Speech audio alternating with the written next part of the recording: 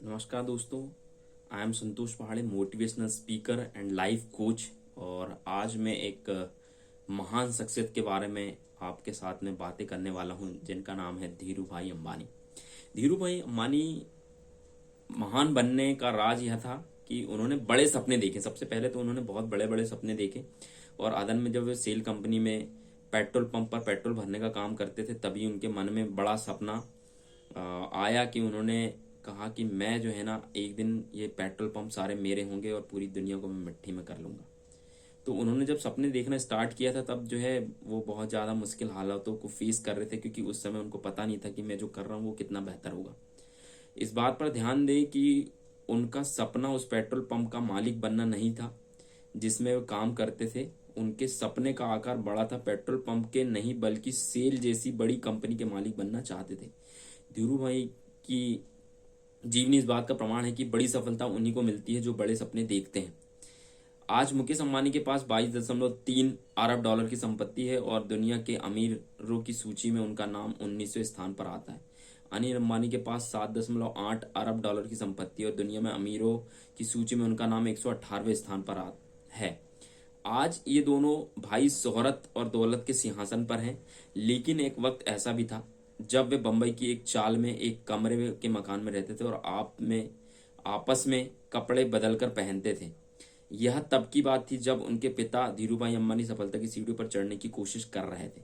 धीरूभाई अंबानी को इस बात का श्रेय जाता है कि उन्होंने अपनी बुद्धि और दूरदर्शिता से एक ऐसी कंपनी शुरू की जो आज निजी क्षेत्र में भारत की सबसे बड़ी कंपनी, जिसका नाम है रिलायंस। धीरूभाई अंबानी की सफलता की कहानी कितनी प्रेरणादायक, उतनी बहुत कम लोगों की होगी। उनकी महानता और दूरदर्शिता की मिसाल मुश्किल से ही मिलेगी। रिलायंस कंपनी के संस्थापक धीरूभाई अंबानी की सफलता का अंदाजा इसी बात से लगाया जा सकता है कि उन्होंने 1959 में सफलता अपना बिजनेस मात्र 15,000 रुपए की पूंजी से स्टार्ट किया था और 2002 में उनकी मृत्यु के समय रिलायंस ग्रुप की सकल संपत्ति 60,000 करोड़ रुपए थी। भारत की जनता में धीरूभाई अंबानी महानायक के रूप में मशहूर हैं और उनके जीवन पर आधारित गुरु भाई एक मूवी भी बन चुकी है, वो आप जरूर देखें। मैं चाहूंगा कि आप उनके लाइफ को जरूर समझें। धीरूभाई अंबानी निम्न मध्यम परिवार में हुआ था। उनके पिता स्कूल में शिक्षक थे और परिवार की आर्थिक स्थिति अच्छी नहीं थी। 18 दिसंबर 1932 को छोरवाड़ गुजरात में जन्मे धीरूभाई की दो बहनें और वे तीन भाइयों में मंझले थे। बचपन से ही धीरूभाई हमेशा पैसे कमाने के तरीके सोचते रहते थे। वो चाहते थे कि यार मैं पैसे कैसे कमाऊं, वो प्लान करते रहते थे। जब वे स्कूल में पढ़ते थे तब वे कमाई करने के लिए महाशिवरात्रि जैसे त्योहारों पर मेले में खाने पीने की चीजें बेचते थे। मैट्रिक के बाद उन्होंने पढ़ाई छोड़ दी क्योंकि उनके पिता आगे की पढ़ाई का खर्च नहीं उठा सकते थे। अब उनके मन में पैसे कमाने की उमंग और जोर लगाने लगी, जोर मारने लगी। धीरूभाई के बड़े भाई कुछ साल पहले आदन जाकर रहने लगे थे। उन्होंने धीरूभाई को खबर भिजवाई कि आदन में बहुत सी जो नौकरियां हैं, इसके लिए वे आदन आ जाएं। 17 साल की उम्र में धीरूभाई अंबानी आदन चले गए और वहां वर्मा सेल के पेट्रोल पंप पर पेट्रोल भरने का काम करने लगे। उनकी कड़ी मेहनत और योग्यता की बदौलत उन्हें सेल्स मैनेजर बना दिया गया। उनकी तनख्वाह ठीक ठाक थी और इतनी कम उम्र में सेल्स मैनेजर के पद पर पहुंचने भी कोई छोटी बात नहीं थी। लेकिन धीरूभाई ने के मन में तो सफलता पाने का नशा था, अपने सपने को साकार करने का जज्बा था। उनके मन में बार बार यही विचार आता रहता था कि अगर अमीर बनना है तो नौकरी नहीं, कारोबार करना चाहिए, क्योंकि नौकरी से रोजी रोटी तो चल सकती है, दौलत का महल खड़ा नहीं हो सकता है।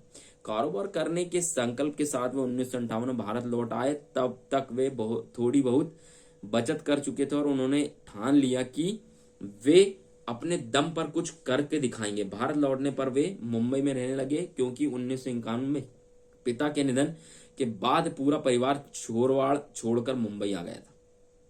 भारत आकर धीरूभाई अंबानी मुंबई में एक trading firm Reliance commercial corporation बनाई और 15,000 रुपए की पूंजी से मसालों मेवों और अन्य वस्तुओं का आयात निर्यात करने लगे। 1957 में उन्होंने भारत और आदन के बीच आयात निर्यात बिजनेस शुरू किया और एक टेबल, दो कुर्सियों और एक contact number PP phone number के साथ वे खाड़ी देशों को मसाले निर्यात करने लगे। उन दिनों परिवार चाल के एक कमरे में रहता था। अंबानी के पास ऑफिस किराए पर लेने के पैसे नहीं थे। उनके पास कितनी मुश्किलें थे वो वही जानते थे। अंबानी के पास ऑफिस किराए के पैसे नहीं थे, इसीलिए वह हर दिन 2 घंटे के लिए एक टेबल किराए पर लेते थे ताकि वहां से अपना व्यवसाय कर सकें। उन्हें इस बात पर बहुत गर्व था कि विरासत में मिली दौलत, शिक्षा और पारिवारिक संपर्कों के बिना उन्होंने सफलता हासिल की। तो ये थे धीरू भाई अंबानी और इन्होंने कितनी मेहनत करके अपने जीवन में बहुत सारा इंप्रूवमेंट लाया और बहुत सारे लाइफ को किसी संघर्ष के बाद रिलायंस इंडस्ट्री बनाई और आज आप जानते हैं कि रिलायंस कितनी बड़ी कंपनी है।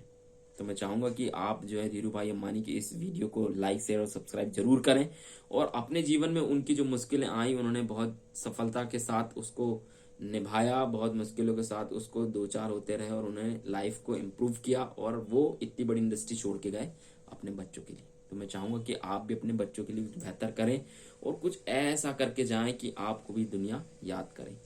इन्हीं बातों के साथ जय हिंद।